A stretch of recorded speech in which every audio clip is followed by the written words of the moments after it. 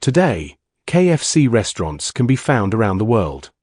And on almost every KFC sign, there is the smiling face of an old man with white hair, glasses, a white suit, and a small black tie.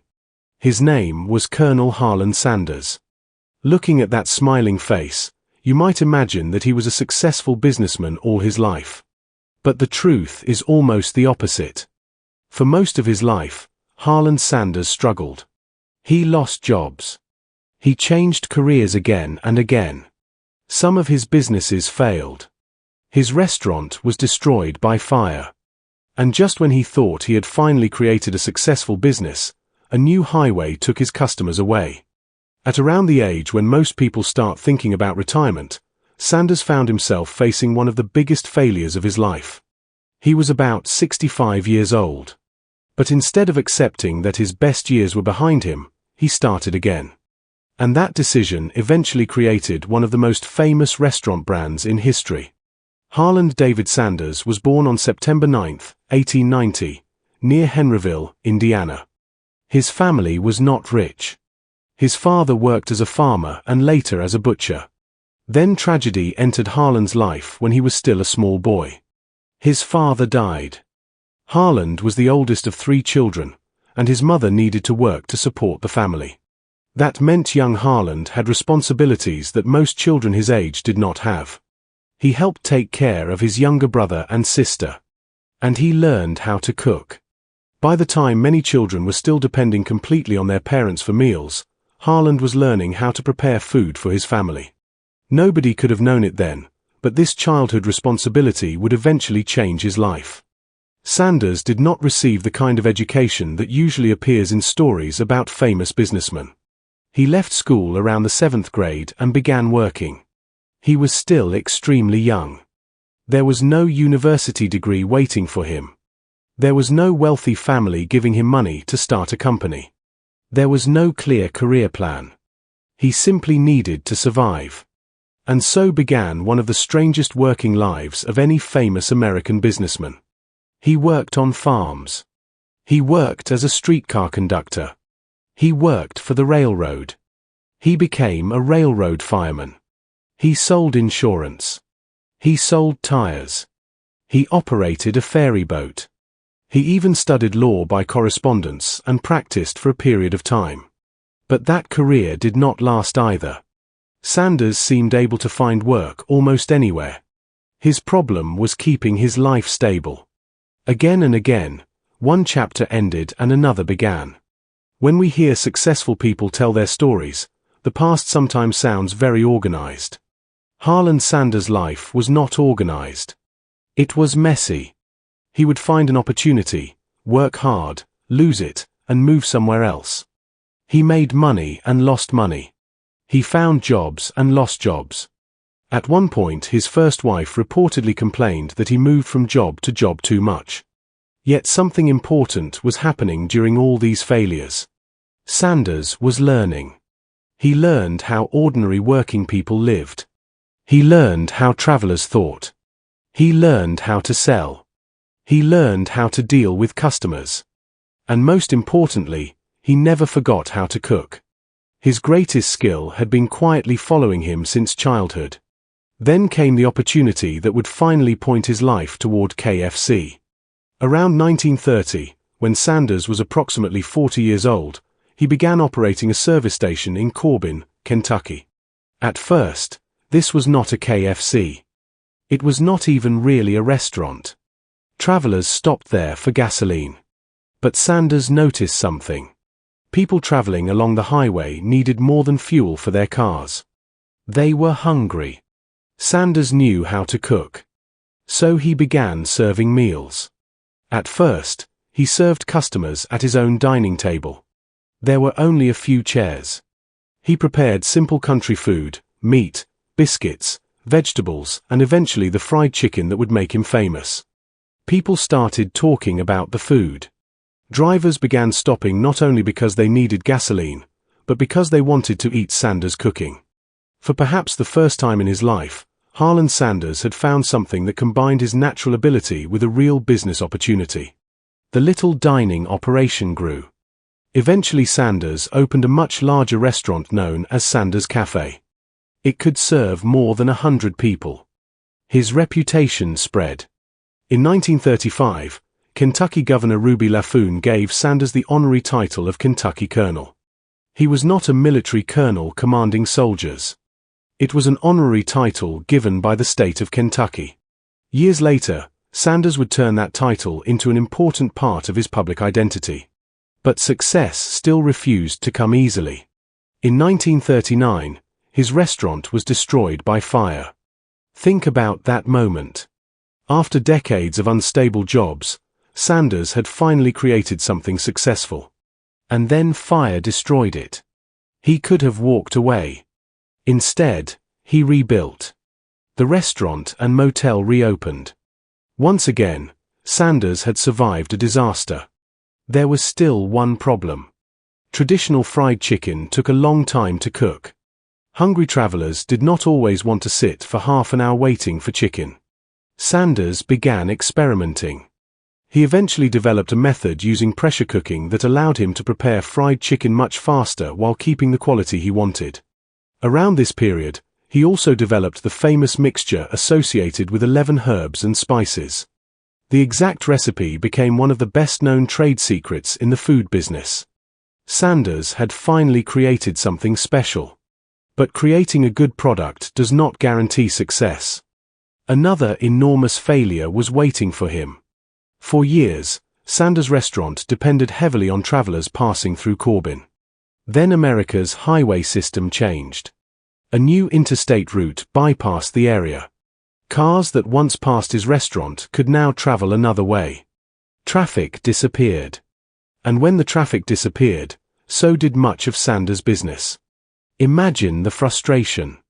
He had spent years building the restaurant. He had survived fires. He had perfected his chicken. He had created a respected local business. And then something completely outside his control changed everything. The restaurant that had once been his security became difficult to sustain. In 1956, Sanders sold the property. According to Smithsonian's account, he sold it at a significant loss compared with an earlier offer he had once rejected. He was now in his mid-60s. He had arthritis. His restaurant was gone. And he was receiving Social Security. For many people, that would have been the end of the story.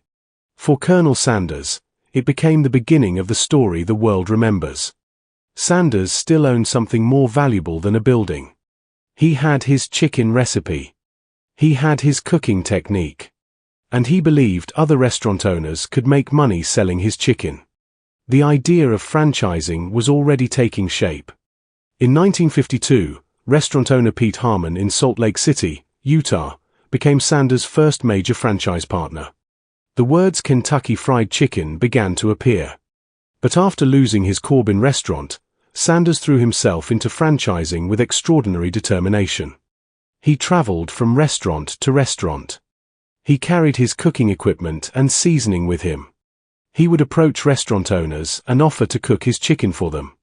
If they liked it, they could sell it using his method, and Sanders would receive a small payment based on the chicken they sold. Sometimes he traveled on very little money.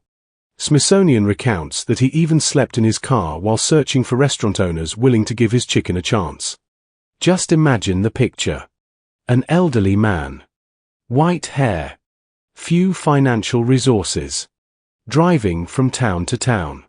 Carrying cooking equipment. Walking into restaurants and saying, in effect, "Try my chicken." Many people said no.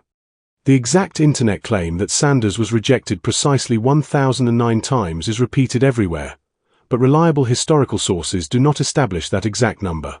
What we do know is more important. He kept traveling. He kept demonstrating his recipe. He kept looking for the next person willing to say yes. Around this period, Sanders began developing the appearance that later became famous around the world. The white suit. The white hair. The goatee. The black string tie. The title Colonel Sanders. He was no longer simply selling chicken. He was becoming the face of the product. And slowly, restaurant owners began joining him. One franchise became several. Several became dozens. Dozens became hundreds. The man who had struggled to keep a career for much of his life had finally found the business that perfectly suited him. And incredibly, he found it after the age of 60. By 1964, Kentucky Fried Chicken had grown to more than 600 franchise locations. Sanders was now in his 70s. The former farmhand, railroad worker, insurance salesman, and service station operator had become the face of a rapidly growing American restaurant company.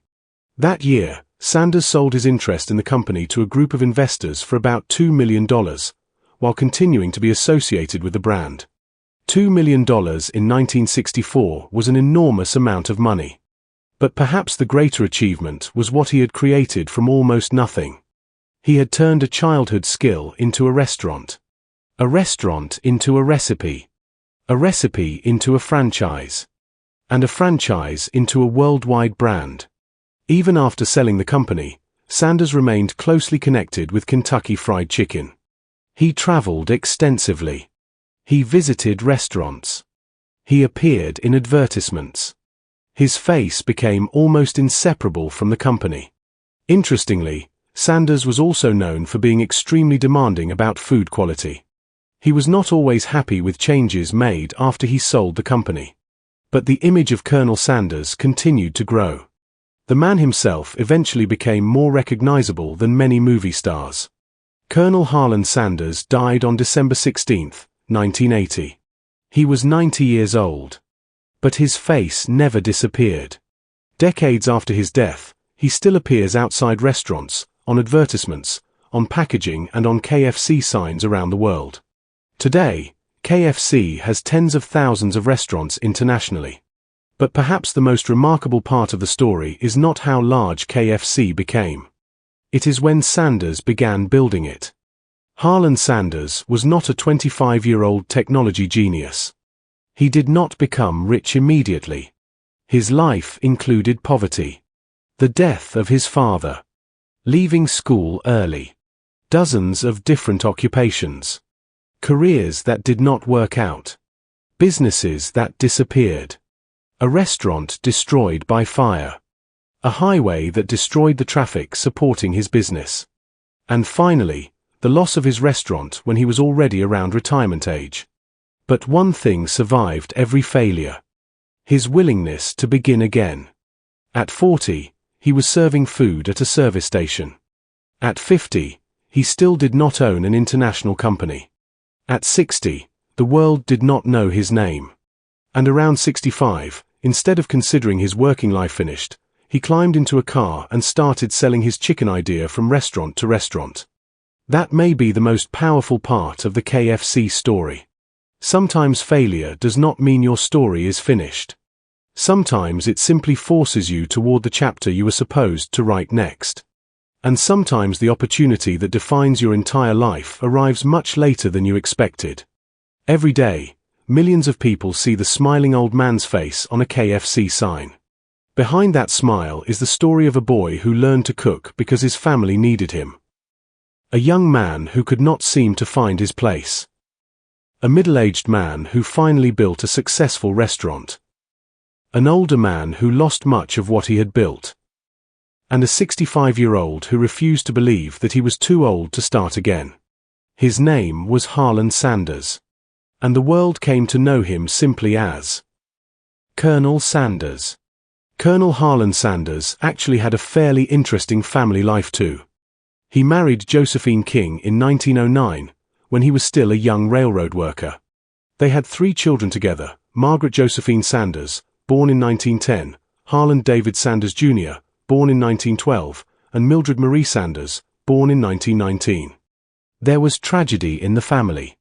His only son, Harland Jr., died in 1932 at just 20 years old, reportedly following complications from infected tonsils. Sanders therefore outlived his son by almost 5 decades. Sanders' early married life was also difficult. He moved through many jobs and frequently struggled financially. Smithsonian notes that Josephine criticized him for constantly moving from one job to another. The marriage eventually ended, and Sanders and Josephine divorced in 1947, after nearly 4 decades together. 2 years later, in 1949, Sanders married Claudia Leddington, who had previously worked with him. Claudia became an important companion during the period when his restaurant and chicken business were developing. They did not appear to have children together. Claudia remained with Sanders during his later success. They lived at Blackwood Hall in Shelbyville, Kentucky, and Sanders later established the Claudia Sanders Dinner House, named after her.